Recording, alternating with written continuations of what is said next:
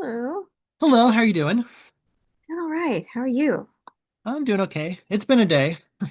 Oh, I'm sorry to hear that. Hopefully it chills out for you. Oh, nothing bad, just a typical hustle and bustle. That's fair. How I was your know it day? well. Day's been okay. Been working on a track that I'm slightly frustrated with, but I just have to push through. Well, thank you so much for agreeing to do the interview. I've been kind of trying to think of somebody to interview for an article for a long time, and I just kind of thought about you because I've been a fan of your music for a while. I appreciate the invite.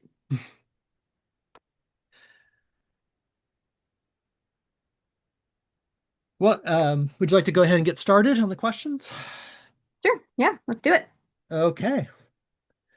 What inspired you to become a musician? I get this question quite a bit, and the simplest answer is that nothing in particular inspired me to be a musician. It was just always there. Like, there was never a question that I was going to do anything else or that I wanted to do anything else. I just probably came out of the womb singing. Uh, yeah, I just from day one always wanted to play instruments, to sing, to perform, do all the, jazz things, chorus things, anything I could get my hands on that was musical. So yeah, it was just always there, and I've followed that trajectory ever since. What was the first time you picked up an instrument or started writing songs or anything? Well, I don't remember this, but I guess my mom would take me every time we'd go to a toy store. I would like make a beeline for the xylophone or something with keys that I could play on. And by the time I was like 5 or 6 years old, I was composing little things here and there just on whatever I could get my hands on. And then started legitimately taking piano lessons when I was 8. Okay. Where did it go from there? From there, I took piano all the way through high school, and then college, I had to do piano study and theory, like hardcore for my music major. So, been playing keys basically my whole life. Also, I think when I was about 12, 11 or 12, whatever sixth grade would be, I joined a local choir, and that also carried me all the way through college. I sometimes miss my choral days because I actually got to go to some really cool places in the world and do some choral competitions and stuff. So I actually really still love singing and listening to classical music. When did you start like composing and releasing your own music? Well, composing came well before anything that I would put to the general public. I think around the same time as I started my chorus stuff, so about 12 years old, I would start writing little songs on an old Casio keyboard that we had and writing lyrics and, playing along, really funky little compositions. But at the time, I thought they were awesome. Um, as far They as were the start. releasing, yeah, they totally were. We all start somewhere with whatever we're doing. Um, as far as releasing music, it's a really good question. I hadn't thought about that. Um, Probably sometime in like 2011, 2012-ish, uh, by way of some of my first like short film scoring gigs. So they would be part of that. So not like necessarily songs on their own, but packaged with the short film score. Okay. What are some of the short films that you've scored? Oh man, and it's been so long. It's been what, 13 years? Let's see. There was a short called Andy about a boy who carried a doll.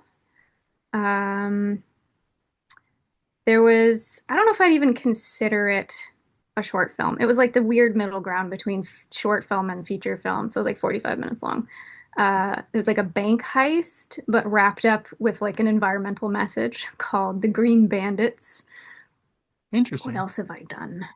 Yeah, that was kind of a fun project. Uh, I scored an award-winning short film called Remembrance, which was kind of a trippy thriller. Um, what other shorts have I done? I've done a couple features. I'm trying to remember some of the other shorts. Oh, Lightning Bugs in a Jar. That was also just sort of like a slice of life drama. And that one was cool. I got to record live instruments for that one. It was just a simple three-piece quartet. I want to say it was guitar, cello. What was the other instrument? Oh, and piano. Yeah. So that was cool. So I think those are from what I can remember, those are the short films that I've worked on. And that was a long time ago at this point. I saw on on the IMDb page that you might have done some trailers.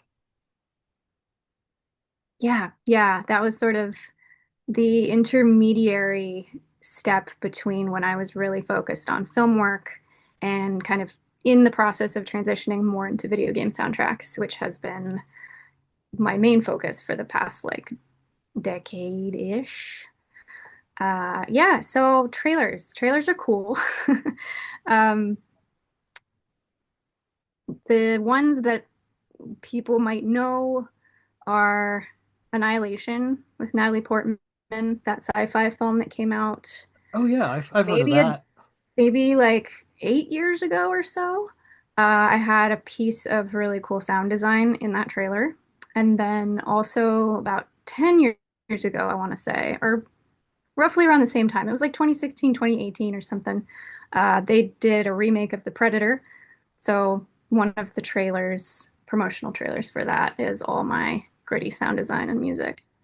So those are Oh, kind of like the main ones. And then a whole bunch of just like incidental TV promos and things.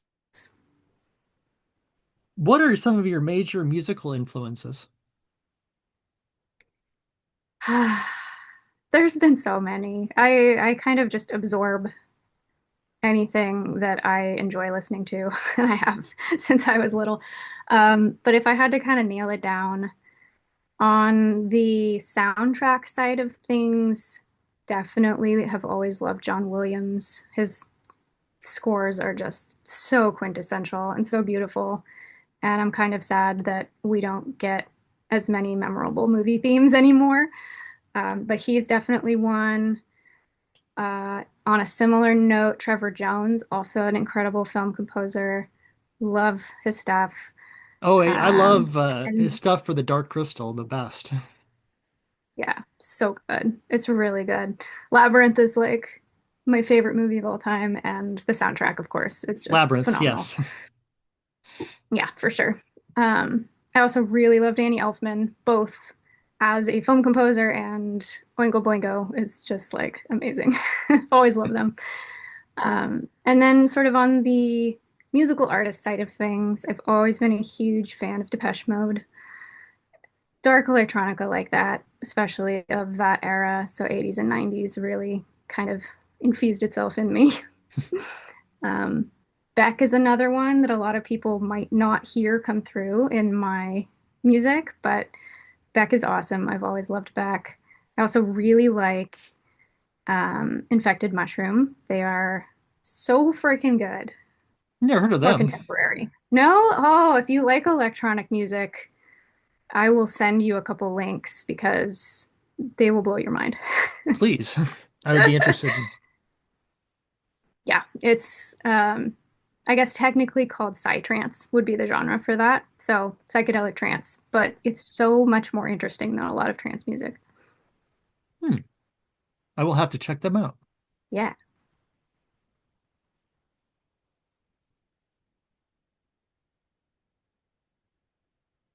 What have been some of your favorite projects or musical compositions so far? Again, my catalog is 13 years deep at this point. But I would say the entirety of the River City Girls soundtrack is one of my favorite things just because of how much music I produced for that soundtrack and how much fun I had doing it and how well it was received. Like it was the full experience of like being really proud of something and then also having the world love it. So that was a super, super fun project. Massive 9 month 9 month project. And then as far as non-client related stuff, I released an album last year called Crimson Legacy, and that's still kind of my baby. Um, I really, really put a lot of thought and energy into every piece of music on that, and I don't know, I'm just really stoked on it. Cool. I think one of the first songs that I heard of from you was Into the Night, which is something you did with Mitch Murder. Yeah, that's an oldie at this point. I love Mitch Murder. He's great. It was really I've cool to work with him. He's got some really interesting stuff that he puts out, like fake video game soundtracks, and Yeah. I love his kind of 80s-ish style. Yes. Yeah, he's very, very 80s influenced for sure.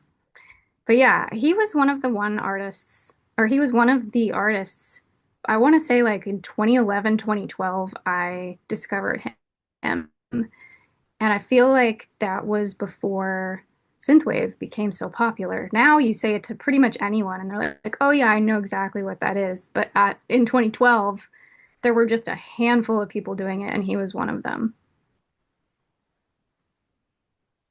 I also like some of the stuff that you do with, or that you've done with Moonrunner. Thank you. Yeah, that's again like a decade. No, not quite a decade old at this point. More like 7, 8 years. That's coming up on a decade, I guess. Um, Where does the time yeah, go? I don't even know. It's all spent in this room right here. Um, what is it like composing music for video games versus like quote unquote normal music? Yeah, great question. Um, I think it's kind of twofold. One part of it being that it is specifically tailored to a visual and to an experience. So that could be said for any piece of media that's going to have music, right? The music has to enhance, not detract. So, first and foremost, that's in my mind like, okay, the client has this spec, they have a brief that I have to follow. Usually they'll have examples of style and tone that they like from other pieces of music. So, that's one thing where I have to basically have a very narrow focus depending on what the client wants. And then the other part of it is that I typically have to work in loops. So I have to think about the start of a piece as also the end of a piece, which is kind of a trip to start thinking cyclically as opposed to just linear.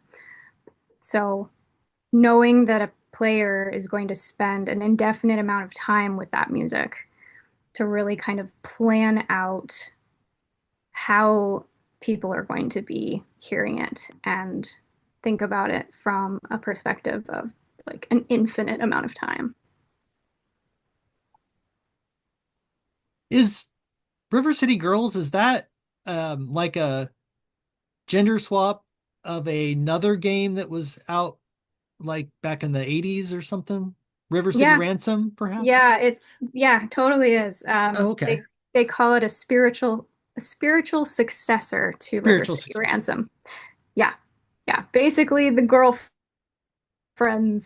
of the two main characters in River City Ransom are now back to kick some ass because their boyfriends were kidnapped. Yeah, it's That's a fun cool. one.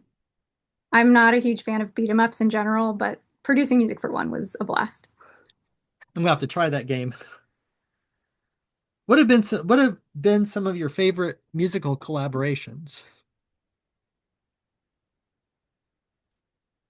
I will say that when I was collaborating with Moonrunner, I had a really good time, not just in kind of working on the vocal parts and the lyrics and such for his productions, but the fact that it led to one of the best times I've ever had, which was flying up to Calgary in the dead of winter at minus 22 degrees Celsius and shooting a crazy epic cyberpunk short film.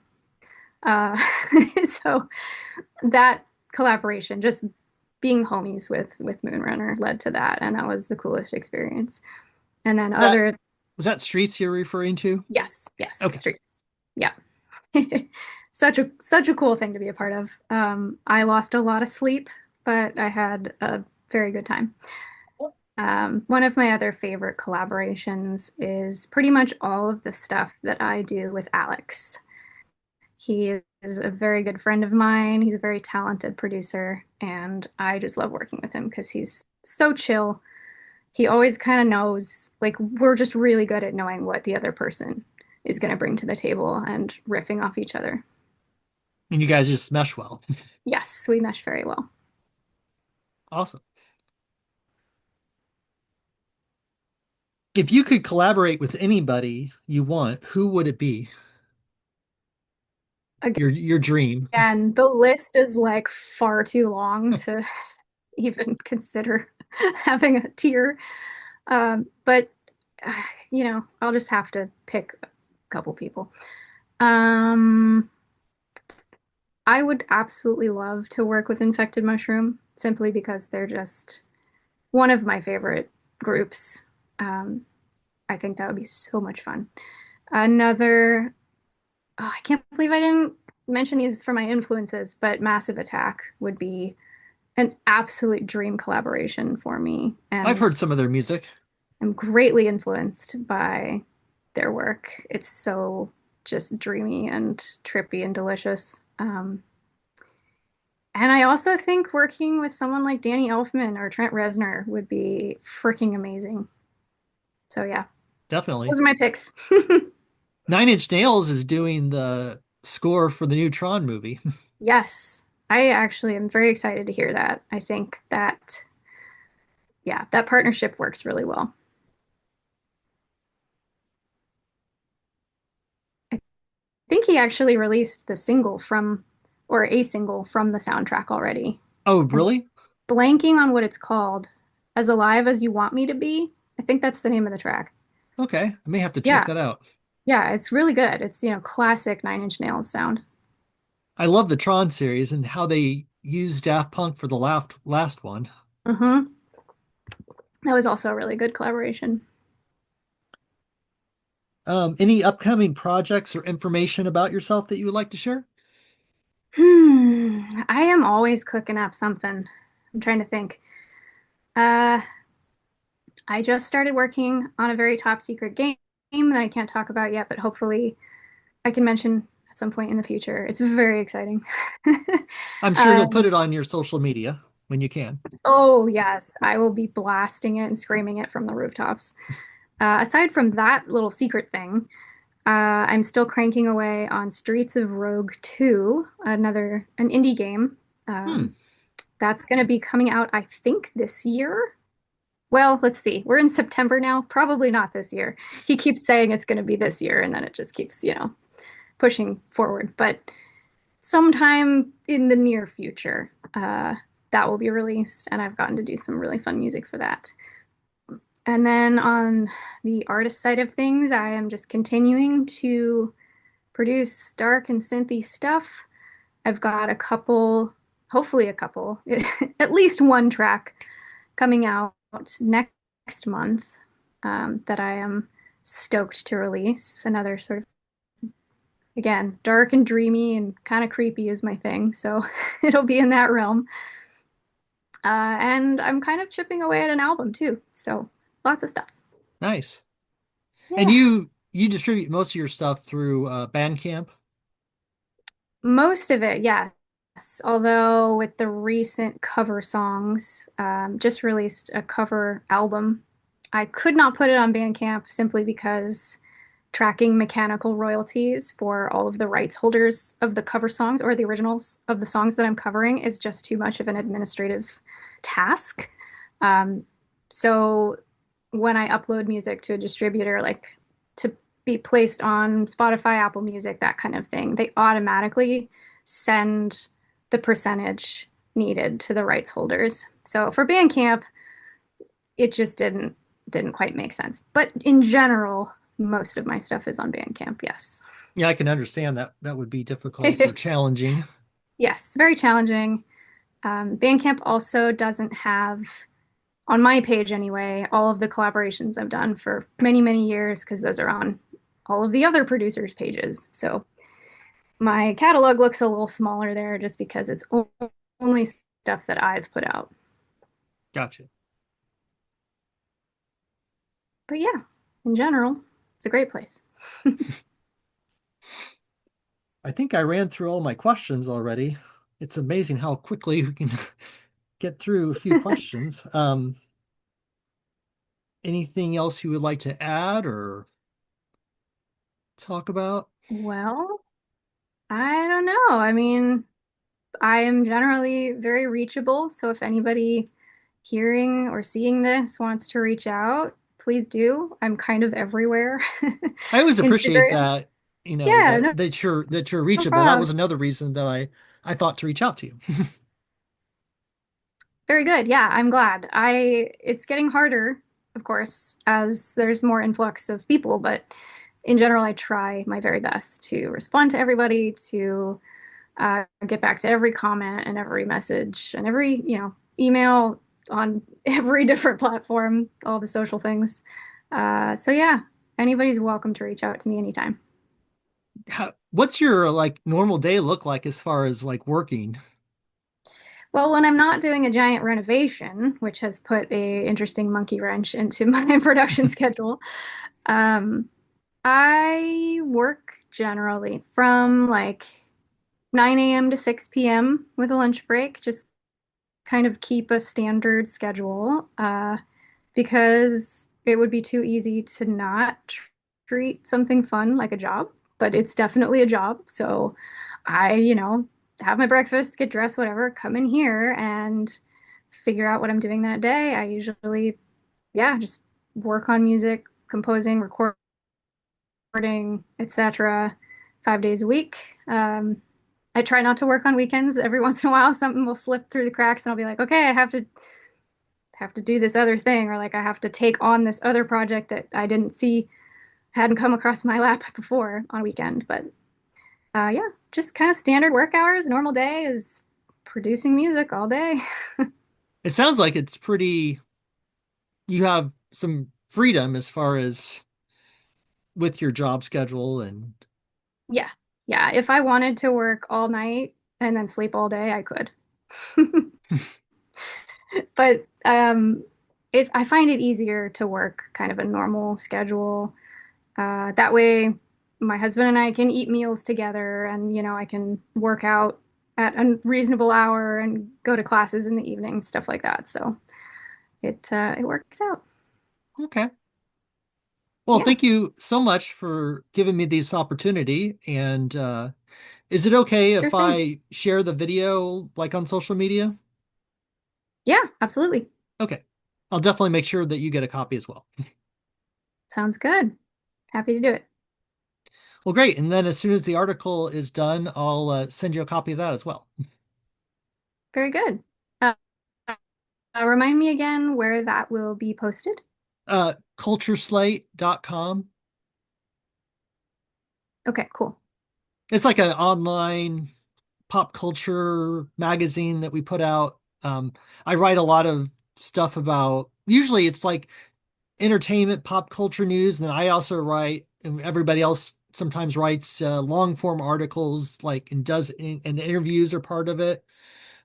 Just kind of a variety of Hmm. stuff. I like to write a lot about Star Wars, so that's kind of my main thing. But Oh, fun. I also Okay, have been doing some interesting. I mean, that's very Transformer culturally stuff. relevant. Yeah. Okay, Uh, right on. Well, you have a lovely, well, rest of your afternoon, rest of your evening. Thank you. You as well. And feel free to reach out if you have any other questions or anything. Okay, thanks so much. Thank you. Take care. Yeah, see ya. See ya.